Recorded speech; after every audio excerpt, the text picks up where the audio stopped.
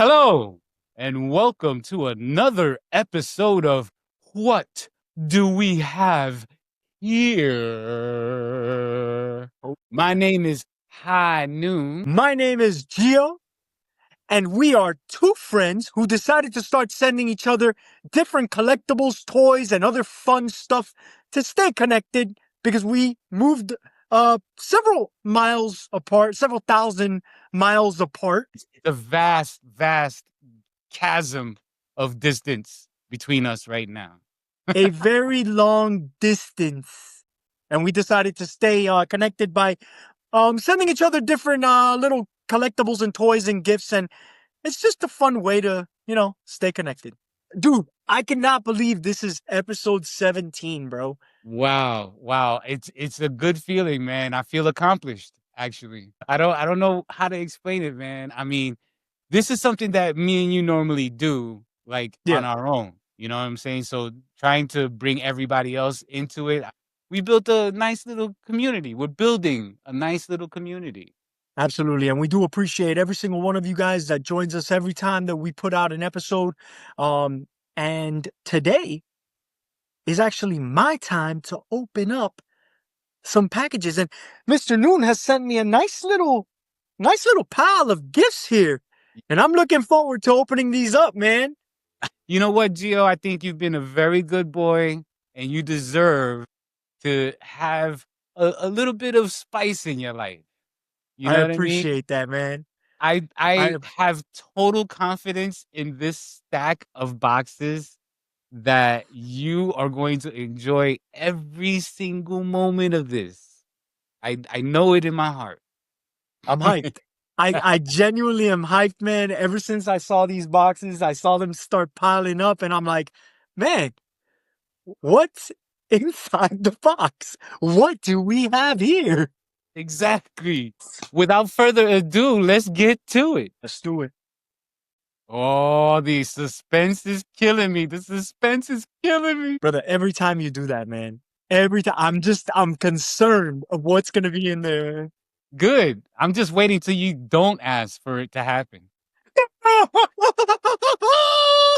Yes, dude! It's freaking Krusty! Yes! Oh my god! It's the Krusty doll, the talking Krusty doll! Dude! Oh, we gotta take it out of the box, man. Take him out. Oh my Release gosh! Krusty. So, I gotta say something about this, man.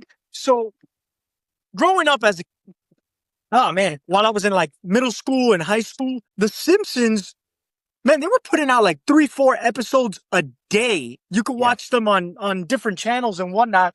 Yeah. And I used to get home from school, and that's what I would watch while I was eating dinner. And brother, for a while, I was hooked on The Simpsons. This doll, in particular, dude, you remember the episode that this doll was in the episode? Do you remember that? I believe it was the Treehouse of Terror Part 3. Oh my god, dude, you remember it better than I do. Holy shit, brother. When I saw that episode, I was like, yo, I need a Krusty in my life, bro. Yes, sir. I need a talking Krusty in my life. And for anybody that doesn't know, Krusty the Clown's doll is actually evil on the episode. Spoiler alert. 20-something years old, 30-something years old episode. Yeah. Yeah, man. Ever since I saw that episode, I wanted one of these dolls. And when I saw it dropped, I was like, yo, I gotta throw that in there, man. I gotta get this at some point, man. Yes, Oh my man. I mean, gosh. the Krusty the Clown, The Simpsons, that is all like 90s iconic status right there, man. That's one of those things that just shoots you right back to that time. Hi, kids. Oh, hey. Yes, That bro. It's that freaking is Krusty. that is Herschel Kristofsky. You know, how could Krusty not get you happy? I'm sure you've been wanting that for a minute. This is excellent. This is incredible. I'm sure my kids are gonna get a kick out of it because they love this type of stuff. Krusty the Clown is one of those characters that has endured the test of time. Okay, so you know that I'm like the historian, right? So I have to kind of represent and give a little bit of, you know, fun Let's facts go. and stuff. You know what I mean? Okay, so the first appearance of Krusty the Clown, that was way back in 1989. This is before The Simpsons had their own TV show. They were a part of the Tracy Ullman show on Fox. Wow. Yeah. This is how far Krusty goes back. He's voiced by Dan Castellaneta. I believe I said that right. Castellaneta. Dan does a lot of the voices on The Simpsons. Actually, a couple people do double duty on The Simpsons. Some of them do like multitudes of voices. Treehouse of Horror Part 3 that came on the air in like 92. Wow, man. So there were two other Halloween specials. It started off in 1990, but Krusty and the Doll didn't appear until number 3. And they appeared because they were doing kind of like a parody of like Child's Play. Hey, kids.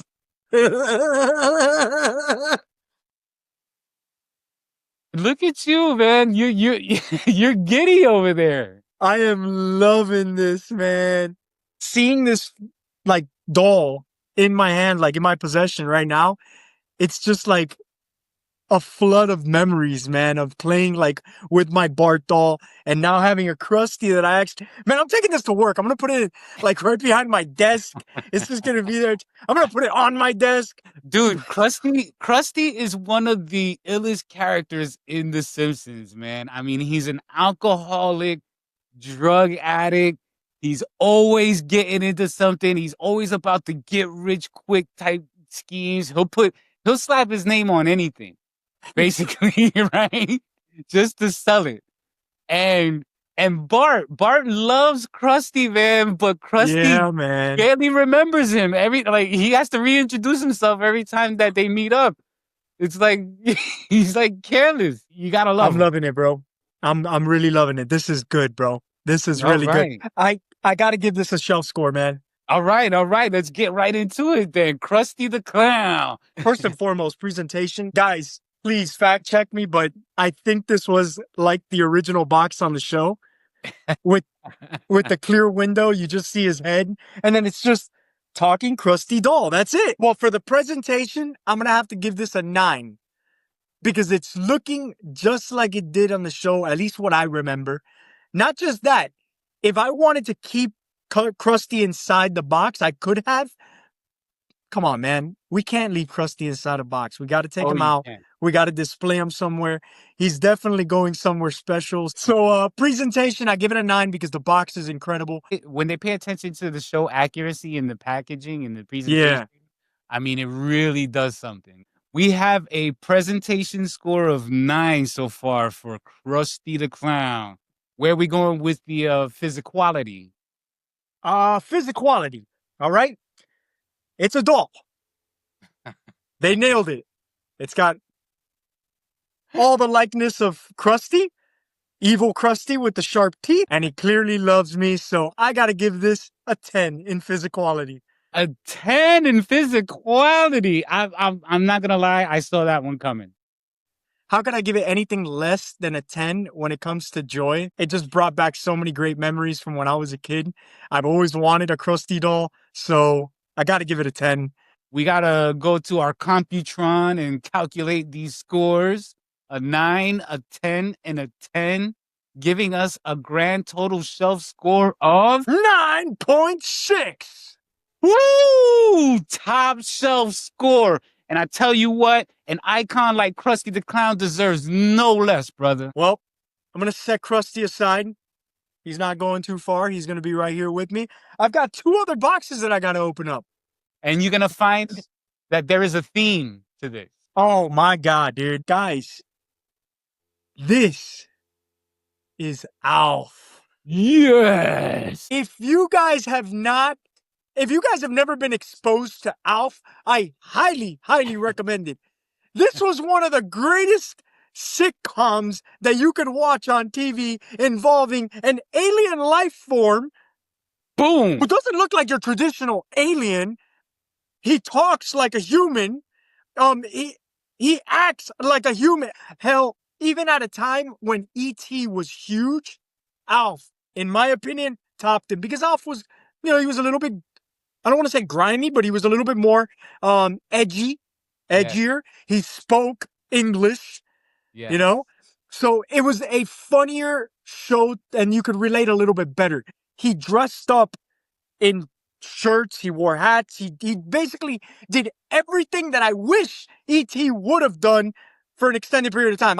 Yeah. E.T. was cool, but Alf was the man, bro. From what I recall, Alf used to love eating a certain type of animal.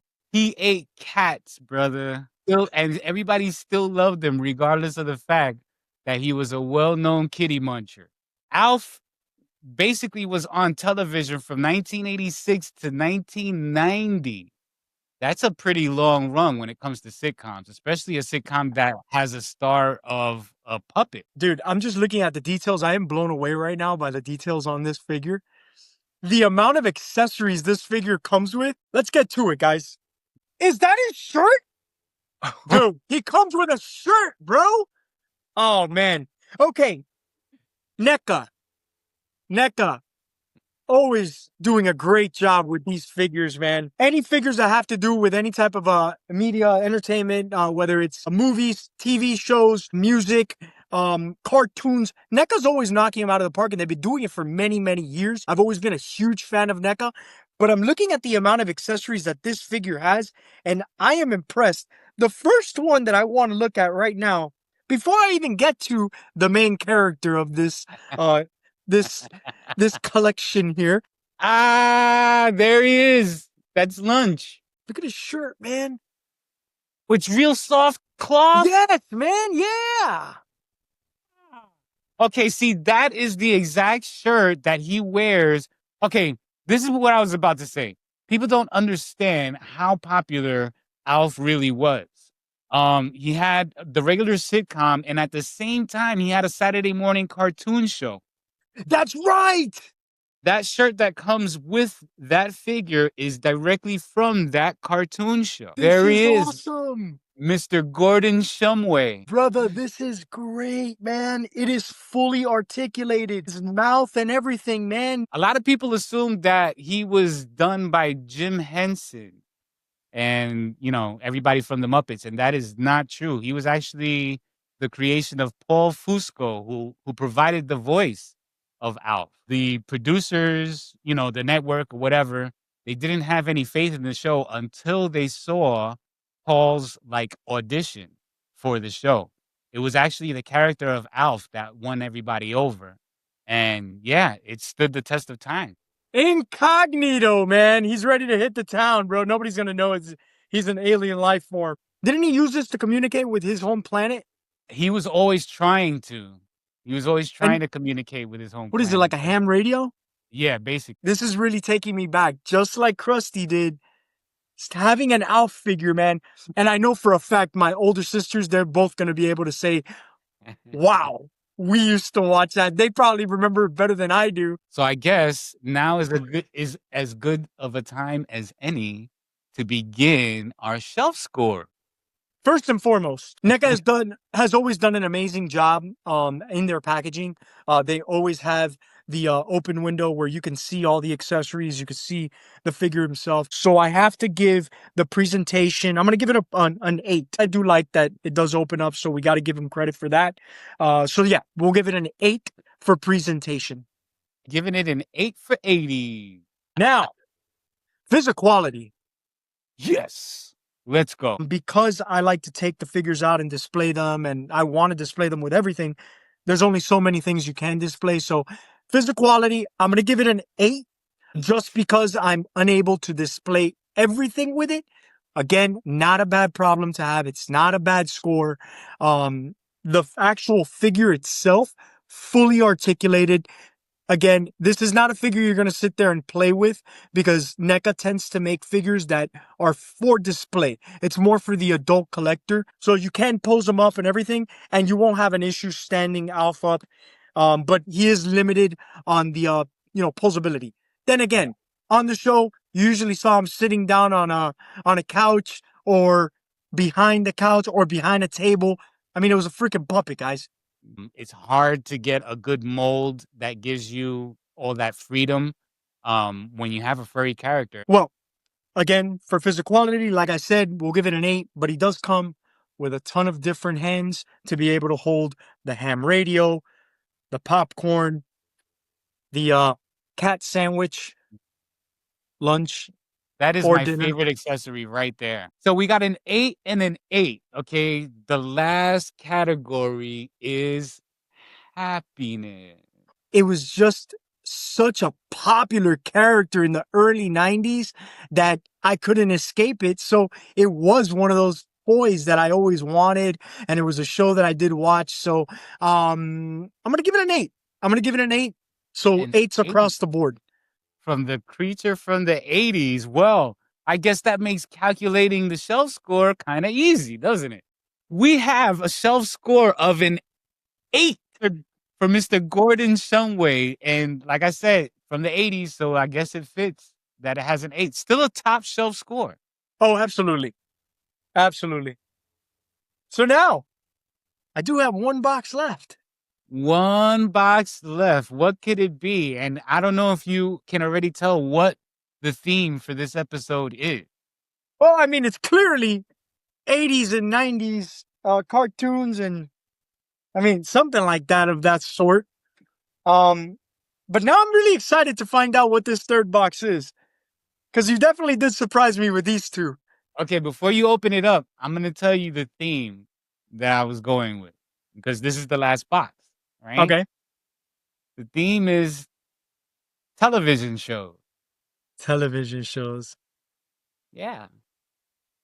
Oh man. I think I really want to open this next box, bro. Yeah. Yeah, you do. Wow, bro. I think Krusty's staying home. He's not going to work with me. I think I got something different coming to work with me. Oh my God. Mr. High Noon has outdone himself. Bring them out. Bring them out. So when I was growing up, there was these toys. I don't know if anybody remembers these. They were little Polly Pockets. You guys Oh, remember yeah. Polly Pockets? Oh, Yeah, yeah. those were Yeah. Yeah. cool. Yeah. But this is the Office Polly Pocket set. If you guys don't know about The Office, where the hell have you been living for the last 15, 20 years? The Office is an amazing, amazing show, and they have created a Polly Pocket set, and I can't wait to tear into this and see what's inside this box. Oh my God, dude. Now, a lot of people love The Office, man. It's a very long running sitcom. What is one of your favorite things about the show, my friend? I could say Dwight Schrute is one of my favorite characters. I could say Michael Scott is one of my favorite characters. But to be quite honest with you, my favorite character on the sitcom is actually Toby Flenderson. If you guys don't know who Toby Flenderson is, he is actually the human resources manager in the office over at Dunder Mifflin, Scranton. And a lot of people don't like him, but I personally think he is an incredible, incredible character. He's actually one of the writers for the show as well. The Office is probably one of my favorite shows, if not my favorite show, my most watched show. I've rewatched it several times over. I mean, yeah, the series has like all of the major comedic actors of our time. Basically, it's like a perfect storm. So when they first introduced the show in 2005, it was actually the American version of a UK show of the same name, made by Ricky Gervais and Steve Merchant, and a lot of the characters kind of carried over from that show too. We got to stop right here. I don't normally do this, but I'm giving it a 10 on presentation off the bat. This Whoa, is amazing. whoa, jumping the gun there, sir. You like it that much, huh? I could leave it inside this packaging just like this. Yeah, it's ready to go. Too bad you're gonna have to open it. Let's go. I love the bookshelf on the back too. I'm looking at the bookshelf right now. Listen, look at the cut. Look at the actual sleeve. This was the outer sleeve. Yeah. You got all the Yeah. different characters. Yes, sir. Yes, Over on the sir. back, They look so adorable. just look up The Office juggling routine and thank me later. Take anything that Gio says about this show as gospel. He's been watching this show forever. There are no bad episodes. Well, I mean, there's some questionable ones that are frowned upon nowadays, but that's what makes the show great. If I could give it an 11, I would. Um, this is the box, guys. This opens up Oh, like a filing cabinet. Look at this. that is great. See, now that's a unique presentation right there. And I can understand why you jumped the gun and gave it a 10. It's like a manila folder. So here we go. First and foremost, we have Dwight Schrute. Well, we got to add a little accessory that I just saw.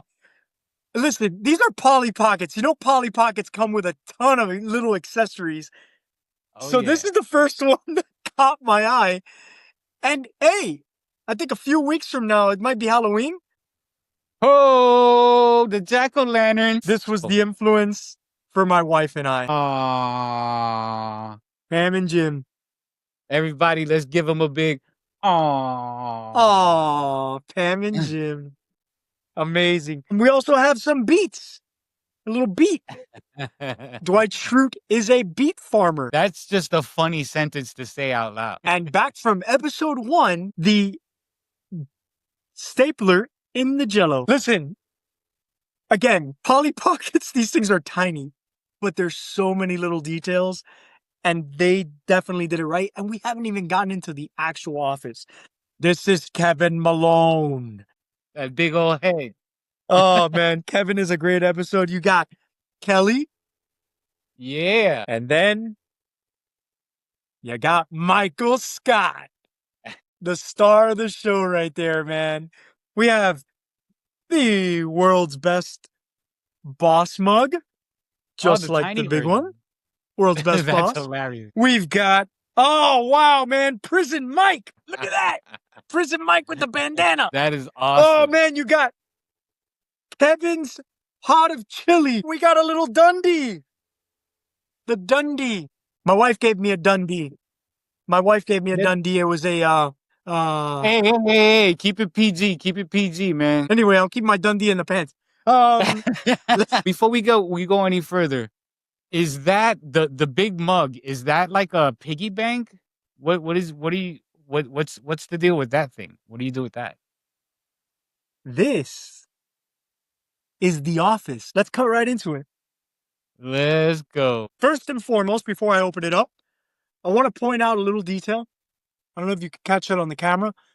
That's actually the logo for the show, The Office. Polly Pocket, y'all are amazing. Who makes Polly Pocket? Mattel. Oh my gosh. All right. So first and foremost, you guys can see all the little details. Right over here, we have one of Angela's cats. You have a bat. There was an episode where a bat was in the office. You have Michael's office. You have Pam's desk. We have the chili is spilled in the middle of the office right over there. Kevin spilled the chili. Look at these little details. So I don't know if you could catch that. The filing cabinet actually opens up. The drawer, it actually That opens is up. crazy. That The- is crazy. The actual chair spins. It actually moves. You could work out any of those episode scenarios as far as like posing them up and stuff. Yo, Polly Pocket, you guys went all out with this. Any true Office fan, go out, get yourself a Polly Pocket. Even if you just want to display it on your desk as a world's best boss. But inside, you got the whole office in here. All right. So, being that now you have a whole playset that you can put in your pocket, I'm guessing that it's a good time to do a shelf score. And I think we're going to start with the presentation, which you already gave a 10. Yep. All right. So then, physicality, my brother, now that you've had a chance to manipulate it a little bit, what do you think? It'd be a crime if I don't give it a 10. And that's exactly what I'm giving it. 10 for physic quality. Whoa. Wait a second. Wait a second. And I'll tell you why. I'll tell you why. See, as we were speaking, I just keep finding places to put all these little accessories. Yeah, 10. It's not that difficult. 10. This is incredible. Nice. Nice. Okay. Wait a second. I see us nearing to some new territory. Brother. I hesitate to ask. I hesitate to ask this question. What do you give it for a happiness score? Man, this is a freaking 10, man! We We finally have have our our perfect first score! perfect score. First perfect score. And it's for a Polly Pocket, which I can't believe. That is amazing. That is amazing. Oh man, you must be extremely happy right now. Dude, it doesn't I can't even explain it, man. Like I'm genuinely like giddy over this. And I know for a fact I'm gonna keep looking at this and keep finding little Easter eggs, things that I notice like, oh my gosh, dude. I love it. I love it, dude. Well, my goal was to give you something that will put a permanent smile on your face for the rest of the day. Bro, All right. you nailed it. And yeah, man, I figured that the TV route was the best way to go this time, you know? Thank you, bro. Thank you. Between Krusty, Alf, and now my Polly Pocket office set, brother, this is sitcom heaven, bro. All right, man. Well, shoot, enjoy the next few hours of messing around with your new stuff. I guess it's time to put episode 17 to bed. What do you think? Man, it's been a great episode. It's been amazing, but I'd be lying if I didn't admit I'm looking forward to the next one where you get to open up something that I sent you. So, Yeah. with that said, thank you everyone for joining us today. It has been an incredible, incredible episode. Mr. Noon, take us away. Ladies and gentlemen, thank you for coming along with us on this episode number 17.